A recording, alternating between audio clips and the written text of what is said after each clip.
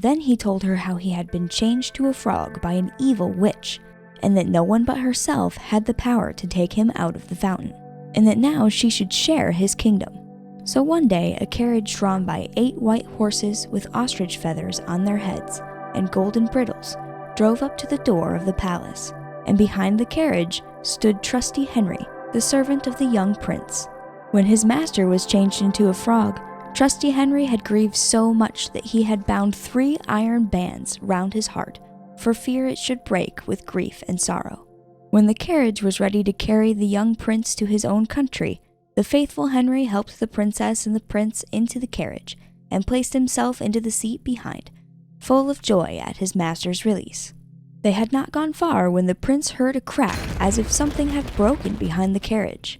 He put his head out the window and asked Henry what had broken, and Henry answered, "It was not the carriage, my master, but a band which I bound round my heart when it was in such grief because you were changed into a frog." Twice afterwards on the journey there was the same noise, and each time the prince thought that it was some part of the carriage that had given way.